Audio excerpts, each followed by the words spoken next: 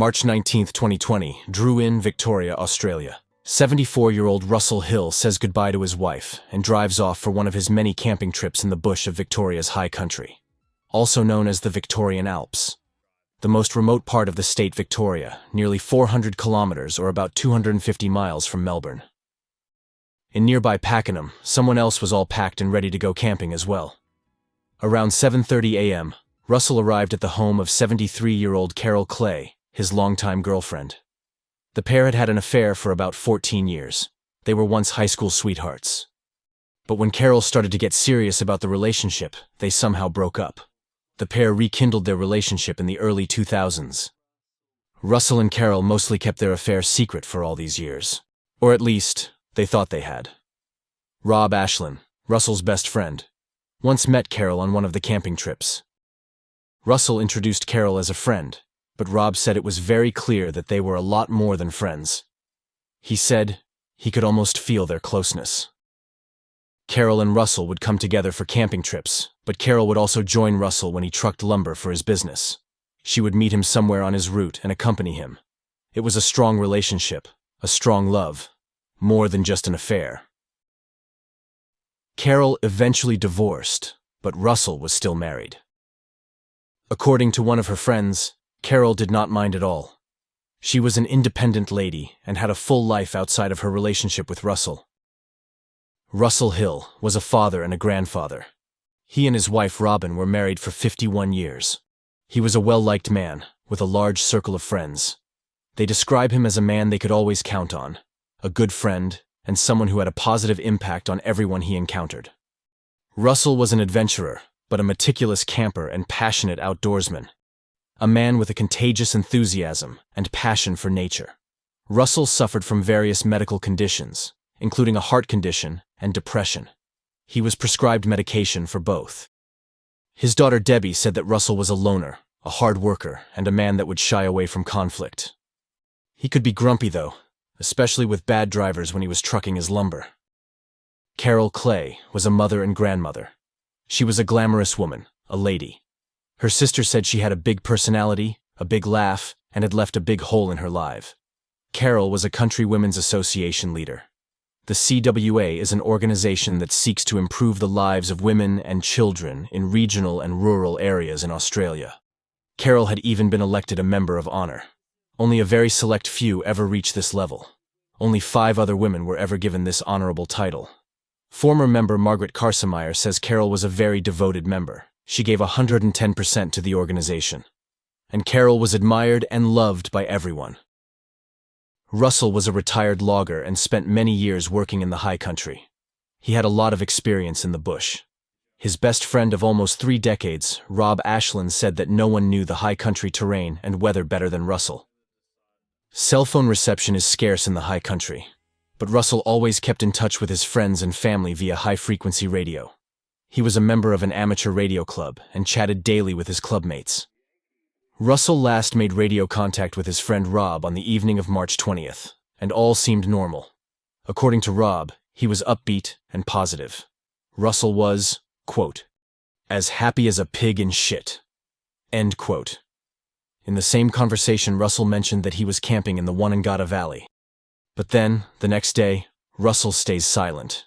When Rob did not hear from Russell for 2 days, he got worried. Even though Russell was very cautious and knowledgeable about the bush, this literal radio silence was very unusual for him. Rob, Russell's wife Robin, and the other members of the radio club called out to Russell many times, but the silence remained. Carol's family and friends grew more and more concerned as well. Both families filed missing person reports. Carol had shared her secret affair with her sister, her daughters, and a friend. But Russell's family was unaware. Even though Rob Ashlyn claimed that Russell's wife Robin knew about the affair, his daughters said otherwise. They explained in an interview how hard it had been on their mom to not only lose her husband, but also have to deal with all the talk about Carol and the affair. Recently, however, Robin herself spoke out and admitted that she had always known about Carol. Russell had introduced Carol as his first cousin. He admitted his infidelity to her in the early 2000s when a neighbor found out about the affair and threatened to tell Robin. I knew about Carol, so that wasn't a new thing at all. And she was a very nice lady. You knew about her, but I knew her. you didn't know they were together. Oh, I did. Oh, you did? It was often known. I wasn't really surprised that she was there. Like I mentioned, this footage is very recent. At the time, it was not known that Robin was in fact fully aware of the affair. And why would it be? If 3 adults choose to live this way and are happy in their relationships, I say, live and let live. On March 27th, 7 days after the pair had last made contact with friends and family, another camper stumbled across their burnt-out campsite at Buck's Camp in the Wonnangatta Valley. The camper took 2 photos, drove until he had cell phone reception, and contacted the police. Police and arson specialists arrived the next day and found Russell's car, a well-equipped Toyota Land Cruiser, with minimal damage.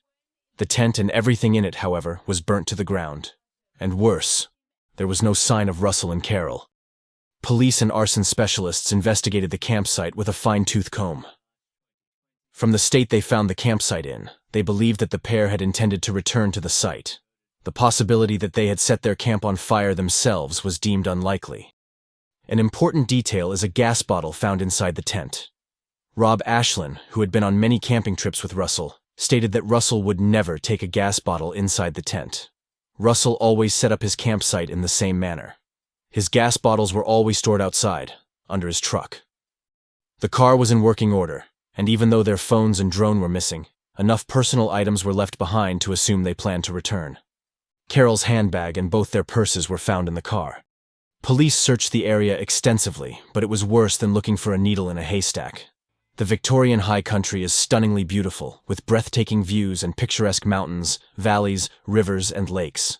But the 2,300 square mile, or 6,000 square kilometer area, is also extremely challenging due to its rugged terrain, dense forests, and unpredictable weather.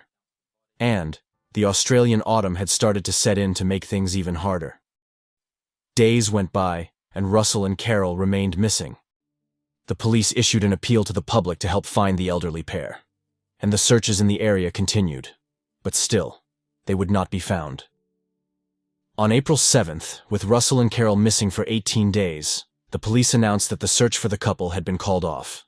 Inspector Craig Gaffey stated that the search was halted for a variety of reasons. Most importantly, the amount of time that had passed since last contact and the changing weather conditions and their impact on the survivability of the pair. He stressed, however, that the investigation into their disappearance would continue, and the case was an active missing persons case. Meanwhile, rumors were swirling. One of the theories was that they had finally decided to be together forever and took off to start a new life. Russell was a wealthy man, and Carol was financially secure too. They would not have to worry about money. But others claimed it did not fit Carol's personality to run away. She had been a rule-abiding person all her life. And why would they run away? If they wanted to be together, Russell could have just gotten a divorce. There was absolutely no reason to run off and leave their loved ones behind. Carol's daughter, Emma Davies, was well aware of the relationship between her mother and Russell.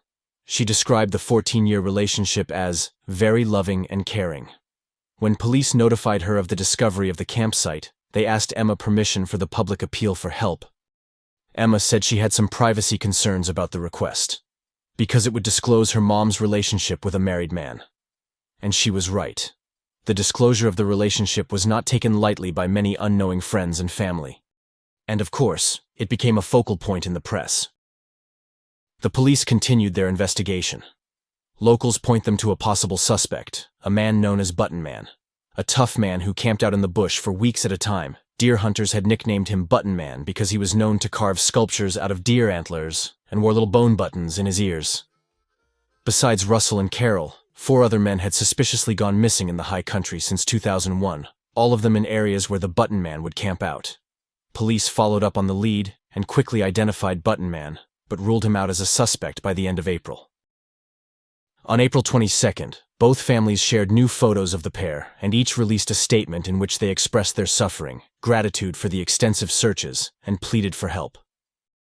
On the same day, police released more details and asked people with information about the disappearance to come forward. Detective Inspector Andrew Stamper explained that the area of the campsite is incredibly remote, and that police think it is very possible that the pair had fallen victim to misfortune in the bush. but he added that foul play had not been ruled out yet. Police also shared that Russell's new expensive DJI Mavic drone had not yet been found. The drone could be storing vital information or even be the source of whatever happened to the pair. One theory was that the drone crashed in the bush and Russell and Carol had an accident while trying to recover it. Another line of thinking was that Russell might have caught illegal hunting or some other illegal dealings on his drone, and a confrontation with whomever he caught on camera followed. In June, police issue one last update. Sadly, they believed Russell and Carol were no longer alive. They informed the public that they suspected someone was involved in the disappearance of the pair, but no details were given. And then, with no other suspects and no significant updates from police, the case seemingly goes cold and fades away from the headlines. What police did not share with the public is that they have been investigating the pair's phone data. Through cell phone tower information, they found that Russell's phone had been active near Great Alpine Road on the morning of March 21st. Along this road, police found 2 motion-detecting cameras used to enforce entry fees at an alpine resort. With the images taken by these cameras, the police discovered 12 cars driving on the Great Alpine Road at the same time as Russell's phone had been active. They combined cell phone tower information from other devices active on the road. Ultimately, they were left with just one car that took the exact same route as Russell's phone. A blue-gray Nissan Patrol, pulling a small trailer, registered to a Gregory Lynn. Gregory, or Greg Lynn, 53 years old at the time, was a pilot for Jetstar Airways, a low-cost airline based in Melbourne. Police visited Greg's home on July 14th. Parked in his driveway was a beige Nissan Patrol. Officers kept the conversation light, saying that they were just expanding their investigation and talking to everybody who had been in the area, to see if they could find clues or witnesses. Greg Lynn told the officers about his trip, but claimed that he had not met the couple. Sometime during the visit, Greg mentioned that he had recently painted his car, as a COVID project with the kids during lockdown. Lead Detective Florence said he got a very uncomfortable feeling once he had a look around in the car and decided to take a photo. And his partner, Detective Justin, secretly recorded the conversation.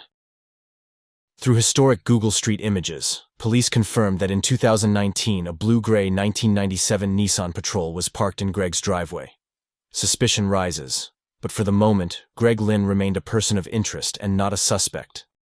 Investigators kept their cards close to their chest, and the case remained under wraps for over a year. Sometime in the first half of 2021, police were allowed to tap Greg's phone and bug his home and car. They made no less than 5,000 recordings.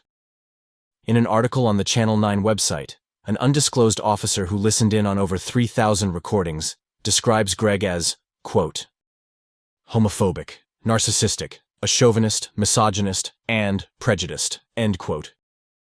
But there is more about Greg that was cause for concern.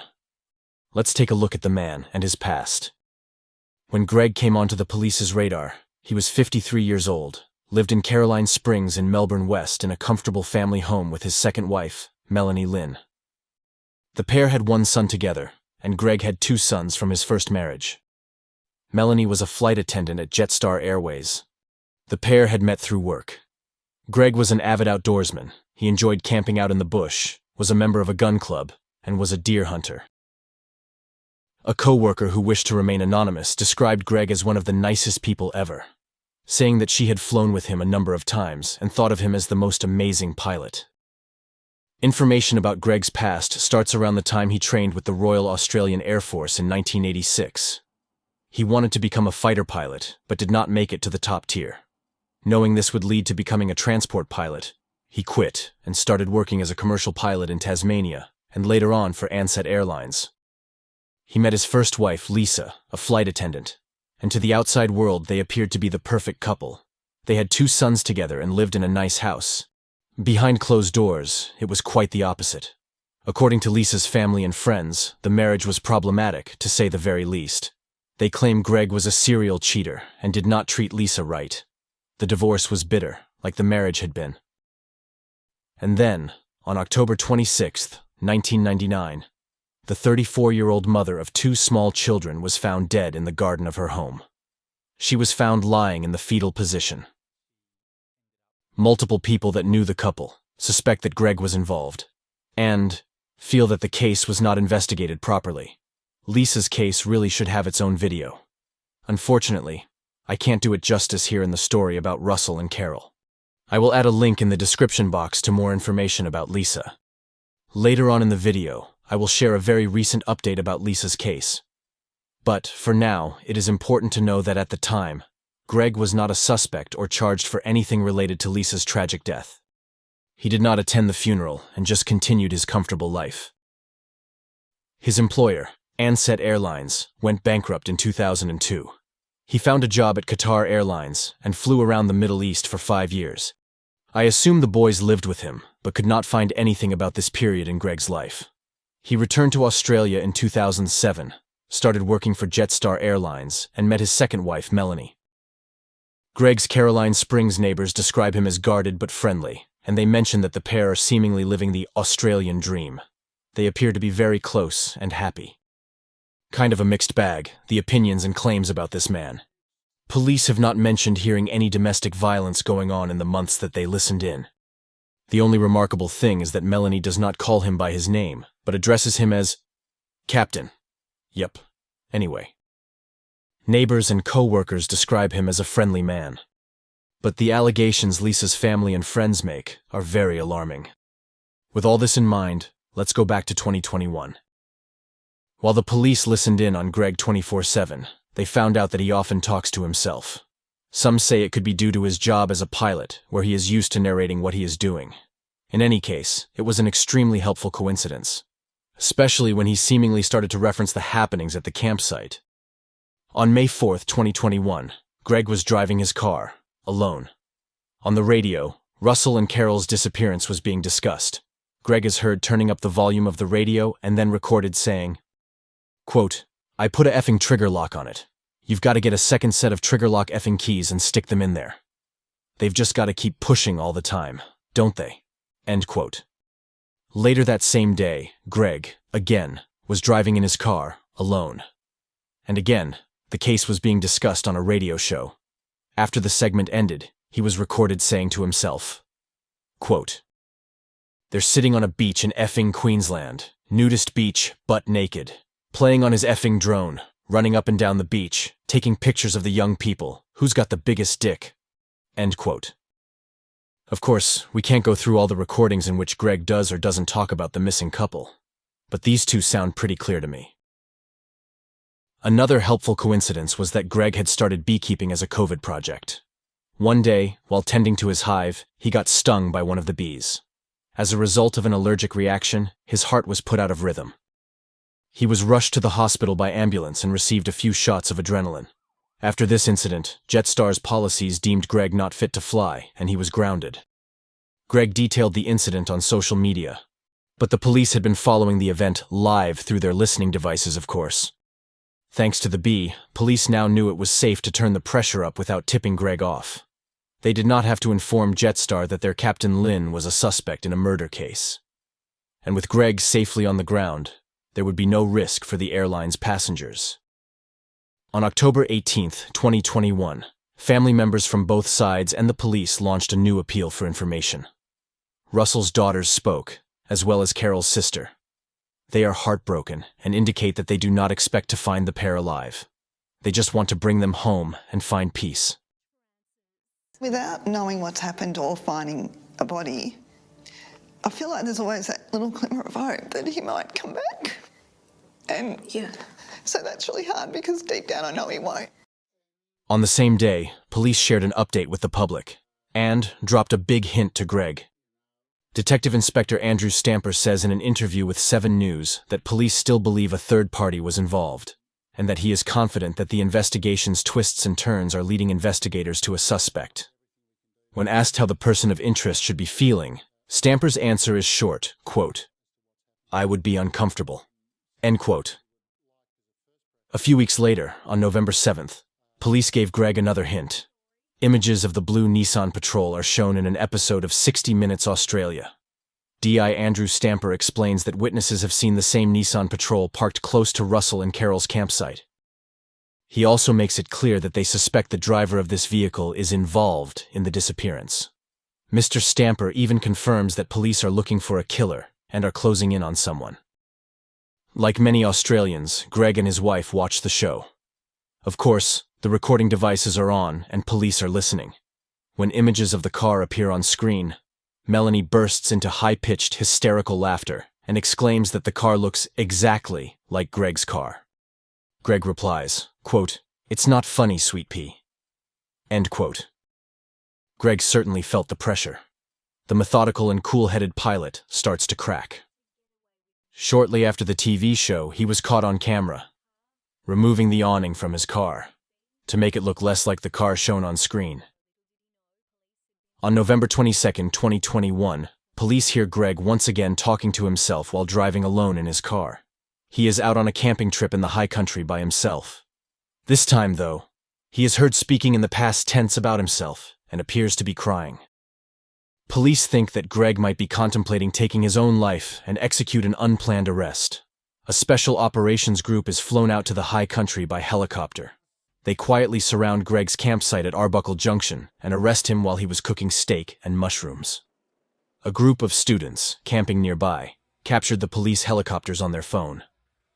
This is the moment police helicoptered into a remote campsite in East Gippsland to arrest a 55-year-old Jetstar pilot who they believe is tied to one of Victoria's most compelling missing persons cases.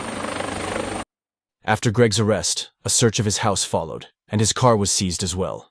Police found quite a selection of firearms as well as 20 bladed weapons. All were seized for investigation. On November 24, 2021, Greg tells his interrogators his version of what happened. It is quite a chilling account of the deaths of two people. Greg is cool, calm, and collected. He draws accurate maps and writes down key information. I had to keep reminding myself that the man is talking about the tragic deaths of two human beings. He could have just as easily been explaining an improvement to a work procedure or something. The complete interview is 3.5 hours long. The longer you watch, the more disturbing it gets.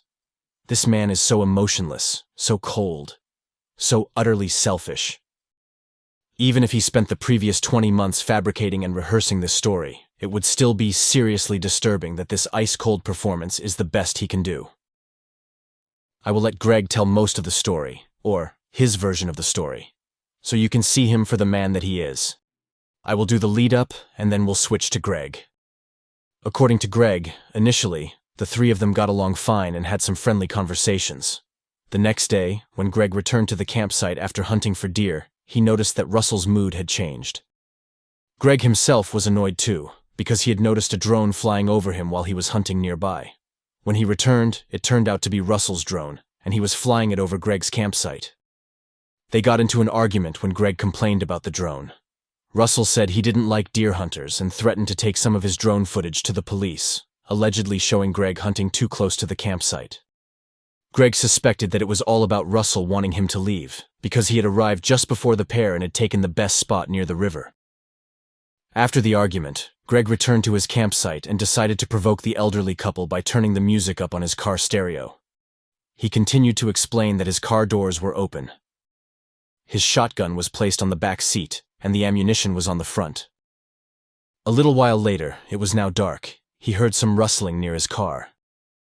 And I looked up, and I could see Mr. Hill walking away from the car. He had the bathroom shotgun in his hands, and he had the magazine, which foolishly I had loaded there. And he walked back to his car. Moments later, the two men were wrestling over the gun. And to try and disarm him, I jumped up, I grabbed the shotgun barrel with my right arm, pivoted around so I was facing him facing away from the bonnet of the car. I had the left hand on the stock, right hand on the barrel, and we wrestled. The shotgun was pointed over this way, and it was discharged. My hand was not on the trigger, it was on the barrel. Right hand, left hand on the stock, pushing up against him, you wouldn't let it go, it discharged. It went through the left hand rear view, and he killed Miss Claydett. She was shot through the head. I saw her in the peripheral. I didn't actually see which way she was standing, but when later she was lying face down on the ground. Yep. Immediately, Russell Hill let go of the shotgun, and I took the shotgun straight back to the car.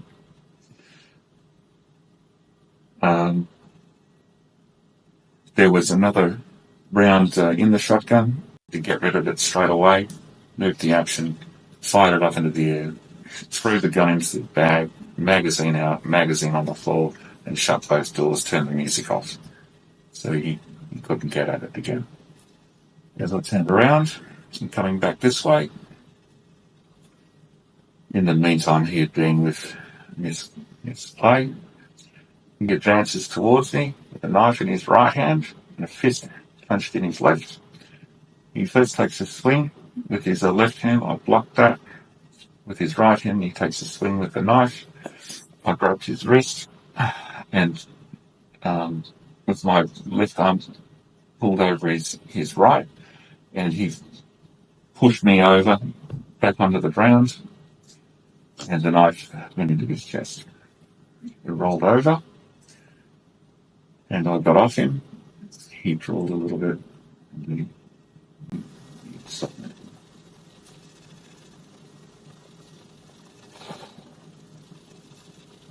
And I thought, what am I going to do?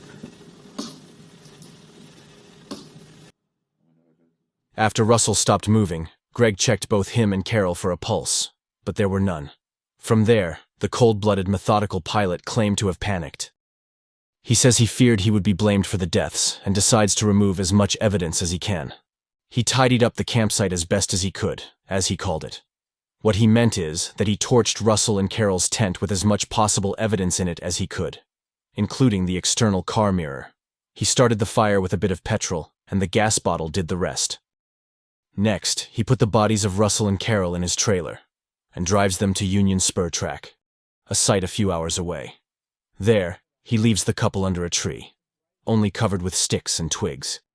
He then drives away, throws the couple's phones into Lake Buffalo, and burns the drone elsewhere on the way back to Caroline Springs.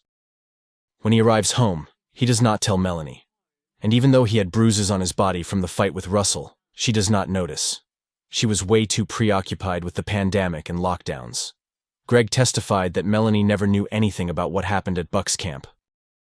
In the following weeks, Greg was stood down from his job because of lockdown and faced cash issues. He sold a number of possessions to get by, one of which was his trailer in which he had transported the bodies. He does not know anything about the man he sold it to. Greg would return to the bodies twice. And then the lockdowns ended in June. And I went back up there and I had a look. And I thought, I would have thought that someone would have found them by then, but no one had. Thought what to do. So I covered the bodies up with sticks and logs and left it. And shortly after that, snows came and all of that was under snow. More lockdowns, and the snow is dissipated, and it's now November. And I've got to finish this, and so I just don't want to have to deal with it again. I drove back up there, and then just set fire to it, and there's nothing there. So you'll see where it is if you go there. But you'll find nothing there. There's nothing to be found. I'm sorry. But that's the truth, and that's the best I can give you. It's not going to be much relief for the families. There's nothing to see. Nothing to be found. Oh, I'm sure that go and have a look. You'll find evidence of the fire, and it is what it is. It is what it is. Yep, he really just said that. Seriously. He can't even give them the tiniest amount of respect. The only person Greg cares about is Greg. In another part of the interview, he shared that he was afraid for the damage a homicide suspicion would do to his family and career. And he feared for his various club memberships. Seriously. His club memberships. Anyway, I better just move on. At the end of the interview, Greg is charged with the murders of Russell Hill and Carol Clay. Greg maintains his innocence. I'm innocent of murder. I haven't behaved well. I've made some poor decisions. But murder, as I understand it, I am innocent of. Investigators traveled to the burial site on Union Spur Track. Like Greg said, they did not find bodies. They did find over 2,100 burnt bone fragments at the base of an uprooted tree. Due to the state of the remains, it was impossible to determine the cause of death of both Carol and Russell. But, after all this time, they were found and could be returned to their families. The Supreme Court case started on May 9, 2024, with Justice Michael Croucher presiding. The highly anticipated trial lasted for 5 weeks. The courtroom was packed every day. Sometimes it was so full that people had to stand or were turned away. Greg's wife and son Jordy supported him throughout the trial. The Hill and Clay families were also present, of course. The prosecution presented their theory. They agreed that an argument between the men occurred but claimed that the deaths were no accident. They argued that Greg shot Russell during the argument, and then Carol because she had witnessed the murder. He then set fire to the campsite, hid, and later burnt the bodies to conceal a murder, not an accident. The prosecutor stated that the chance that it all happened as Greg told police is almost impossible. Newspaper The Age contacted a respected mathematician to calculate the odds. According to him, quote, "The variables made it impossible to be accurate, but it was wildly improbable," end quote. The chance that a self-inflicted stabbing wound misses the rib and breastbone to create a fatal wound is, according to the newspaper, even more unusual. However, the question for the jury was not whether it was improbable, but if it was possible. Greg pleads not guilty to the charges. The defense painted the same picture as Greg did in his interviews with police. The deaths, however unusual, were a terrible accident. On June 5th, during testimony, he said he found his decisions despicable and apologized to the families. Quote, "All I can say to their families is that I'm very sorry for your suffering." End quote. Yeah, that really sounds like the most heartfelt apology I have ever heard. The defense did consider calling character witnesses to illustrate what a good man Greg was. But they knew the prosecution would then call witnesses who would testify quite the opposite. They would most likely have called his ex-family-in-law. They could have told the jury all about Lisa's mysterious death. And that would just be Lisa's parents' testimonies. Not a good look, to say the least. So they decided to leave it to one witness, Greg himself. This also meant that the jury did not hear about Greg's alarming past, and there was a lot more they did not know when they went into deliberation. A few examples. In pretrial hearings, the judge ruled that many of the secret recordings police made could not be used in court due to irrelevance or poor sound quality. One of those was the recording made while Greg and Melanie watched the 60 Minutes episode in which the photos of the Nissan Patrol were shown. The jury never heard Melanie exclaim that the car looked exactly like Greg's. The information about the police visit to Greg on July 14, 2020, in which he told several lies, such as claiming he did not meet Russell and Carol during his trip, could not be presented to the jury either. The judge ruled that it had been illegally obtained by the police. At the time of the visit, the investigators claimed Greg was just a person of interest. However, the justice ruled that in reality, Greg was a suspect and should have been informed of his rights. After the 5-week trial, the jury deliberated for more than a week. The option of manslaughter was ruled out by Justice Croucher. So, they had to either find Greg guilty or not guilty of the murders. But they did not come back with either. After consulting the judge, the jury found another verdict. Good evening. From captain to killer, former Jetstar pilot Greg Lynn is tonight a convicted murderer. In a bombshell verdict, the jury found Lynn guilty of murdering high country camper Carol Clay, but acquitted him of murdering her secret lover Russell Hill. Without a clear motive or eyewitnesses, the jury came to a rare split verdict. They found Greg guilty of the murder of Carol, deeming his version of the story impossible. For Russell, however, they stated that it was not possible to establish what happened, and thus Greg could not be found guilty and was acquitted of the charge. Greg remained calm and outwardly emotionless after the verdicts were read to him. Before he was taken into custody, he told his son Jordy not to stress. "I think Greg has a lot to stress about. He is looking at 25 to life, and he isn't exactly making friends in prison either. More about that in a bit." After 4 long years, the families finally have a verdict. They released a joint statement saying they were both relieved and thankful for the guilty verdict for Carol's murder, but devastated by the not guilty verdict for Russell's murder. They closed their statement with, quote, "We are heartbroken at the loss of our loved ones. It will take time to absorb the verdicts, put this behind us, and set about healing and getting on with our lives." End quote. Of course, Russell's family's feelings were understandably a lot rawer than this. Russell's daughter Debbie told 60 Minutes Australia that she was angry, and she felt her father didn't get the justice he deserved. About Greg Lynn's apology, she said, quote, "He was so calm and collected telling his story as if he had practiced it. When he apologized, there was no feeling behind it. He didn't look at the families. He said it just to please the jury." End quote. Russell's wife Robin shared the following after having watched the verdict from her home.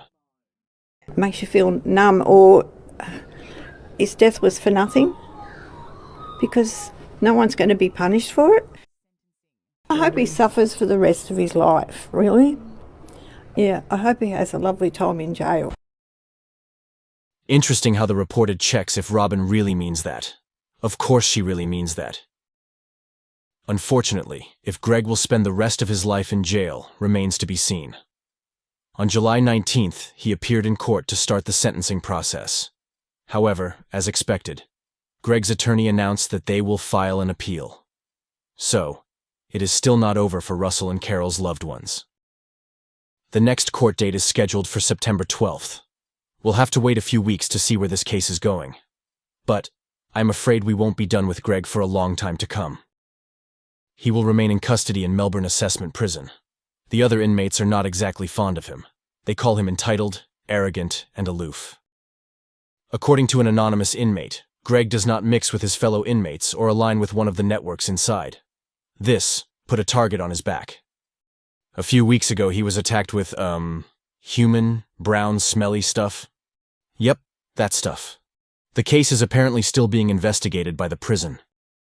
On the other hand, Greg secured himself one of the best cells in the prison, a quiet corner cell with a nice view. And he's also given a top job. He runs the food line and supervises the kitchen staff. A highly desired job in prison, with higher pay. The anonymous inmate called it the plum job. That may sound nice, but Greg is not exactly making friends with the people he has to live with for the foreseeable future. So maybe, for now, Robin gets her wish. With the case continuing, I hope that both families will stay strong and treasure the bond and friendship they have shared for decades. They will need each other's support. The latest reports mention the possibility that the Hill family will not be allowed to give their victim impact statements. These are reserved for those directly impacted by the crime. This would be another blow and utterly painful for the Hill family, of course. Hopefully the families stick together and help each other through this horrible time. May the near future bring them what they so desire and need. One last update before we reach the end of the video. Police are currently pushing for a review of the mysterious death of Greg's first wife, Lisa.